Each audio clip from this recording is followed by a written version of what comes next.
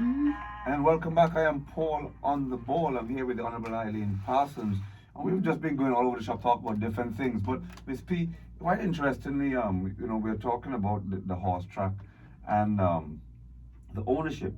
But it has come to my realization that actually Thomas's remember you said it was split between the children. It's three children. Three children. And it's plot 170, 171, and 248. So they have three plots. Three plots. Whereas Forbes just has parcel one, he has one plot. Mm-hmm. So quite interesting that the original Cecil Forbes who had one plot is now three plots. And so one of the girls, because I know there are at least two girls and a boy. One of the girls must be the lawyer you're referring to in St. Thomas. I thought it were two boys and a girl. Well, I know there's another girl that's in the States. So I don't know, maybe she is not in. Because I know Ted, I know him. Right. And I thought there was a brother, but I'm not sure. Well, I only know Ted. Irrespective, we now know that there's three plots. It's three plots. We have that confirmed, that there's three plots. And like I say, 170, 171, and 248. Have the three plots surveyed, how much each one surveyed by itself, right? How much the land is, have an appraisal done. It got BCQ, wherever they be. BCQ, yes. And Smith's Row. Right. But the reality is, Ms. P, if I can just say, is that they now have the option to get it sorted, to ask for a reasonable price, and get it done. If they don't, it is inevitable, and I say this without fear or favor, it is inevitable, because we know that Forbes are not given any trouble, right? No. So it is inevitable that eminent domain will come into effect, and they will be in no other position but to have to sell, because there's no other lawyer who is listed in St. Thomas will know she'll have no legal standings on it. So now is the time for them, right, to sit down with the government, discuss it, and don't hold the territory at ransom. I don't know how you see it. This is how I feel too, because the bulk of the land belongs to the government. The second shareholder in amount is Cecil Forbes, who has always been willing to sell. The thing is, the price he was asking in '98, I don't think it would be the price he's asking now. The Thomas, I don't know anything about them at all, more than one time when they weren't paid on time, Mr. Ellis on his land dug a trench. Yes. It wasn't a hole, a trench. I saw it. A trench across that Axelem had to go back and fill. I remember that. And this is the kind of thing, again, races nearly didn't run that day because of the foolishness that he did. Yeah. So, and from then, it was a problem. From then. And now it just get worse, where you have a much more brilliant mind and a legal mind involved. So, but I don't know. If I was in the premier's position, I would have taken the one step to end the whole thing. And right now, the premier has public opinion in his corner. Right. Because the public has just had it up to the top of their nose. Correct. The public is just, you can't tell us that we don't have a racetrack. And the only other, and my cousin Lesmo, when I say there's a place where it has 2 acres, said it's not enough, for you need land for the stables, the grandstand, and we already have a place down there where we paid thousands of dollars to get it into the best four-furlong track in the territory, and they were planning to add a 5th furlong to it. And if we could just get it settled, you could go on and do that.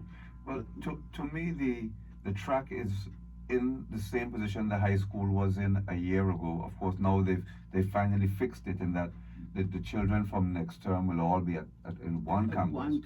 But the amount of money that we had paid to have them externally could have built multiple schools. Could have built several schools. I don't understand the mentality behind that. Nevertheless, that's gone now. We know, so if we fixed one, right? The complex, not the complex, the government complex, less the elevator, what have you, is now being sorted, as far as I understand. So now we need to deal with the horse track. What I think we need to deal with, much as I love my horse race, It deal with, I want to see, Mutuals.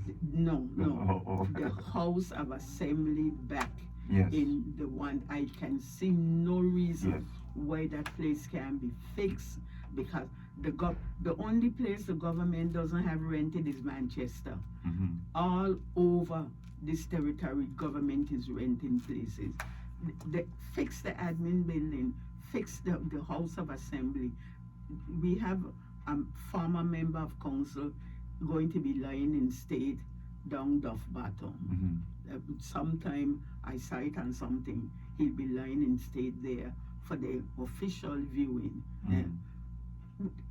The court is having court upstairs. Yes. So why can downstairs be fixed? How that should have been fixed ages ago. It seems as if we are losing sight of what are the priorities and what are the most important things, and we have to get that sorted. You know, like you said, I mean, there's no reason why the House of Assembly, you know, unless it's been done for favors. Outside of that, there's no reason why the House of Assembly should not be back in its regular place, right, in its rightful place. So these are sort of things that have to be sorted out. The high school's on its way. We hope that by January the kids will be settled in there. The complex is now getting sorted. You know, we hope that's in its place. House of Assembly needs to be sorted, and the exorbitant. And we say the government has no money, and everybody's electricity bill and water bill has been double and triple, right? But it's because with the exorbitant rent that we're paying, and when you give one or two people all this amount of money, somebody has to pay for it, and we the people are the ones that are one the of the taxpayers are paying for things it. that I would like to see the government fix, and I was told some day ago by a very good friend of mine that it is now a place for the homeless, the cultural center. Are you Yes, kidding me? I was told that, and they said, Miss P, if you smell it, and hopefully it is going to be torn down, and something better will be built there, a real theater that could take different things, and especially the high school graduation. But I hear the homeless people have just taken up abode in it, and I tell you, it is in a state. In the cultural center? The cultural center, there in town.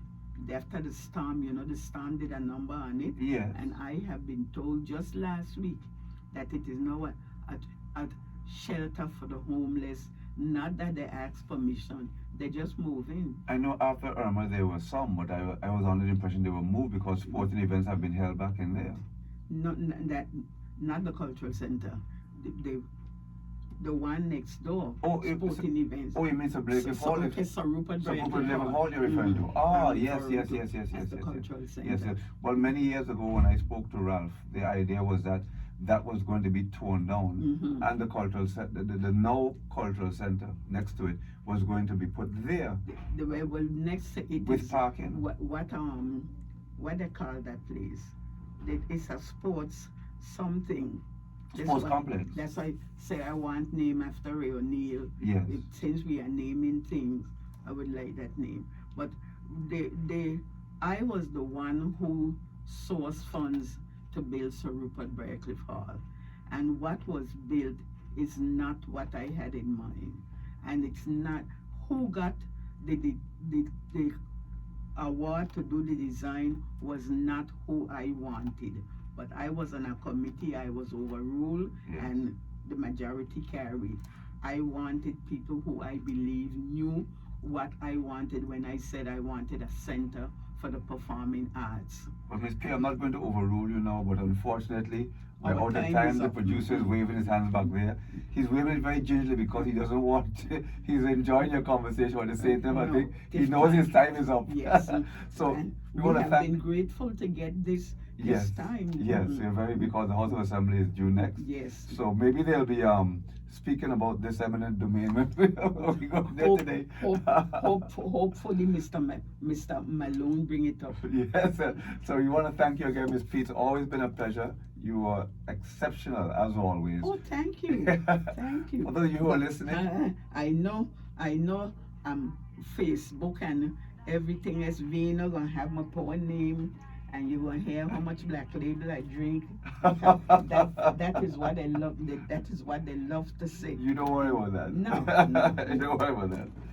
That's all talk. So until next time, God's willing. we want to thank you again. God bless you all. Appreciate you listening. You have a large listener. His name is P. You made my show. Thank you. So Thank you. God bless you all. Bye for now. Let me call my Facebook, driver. YouTube. Okay, guys. Appreciate you guys. Hope you enjoyed Miss P. She was awesome. Until next I time. was? Oh, she was more than awesome. She was spectacular. Oh, you make my day. There you go. I made her day. Hey, listen. Subscribe. And do all the stuff you know you gotta do. Right? Give me the big like. Appreciate you. Thanks a lot.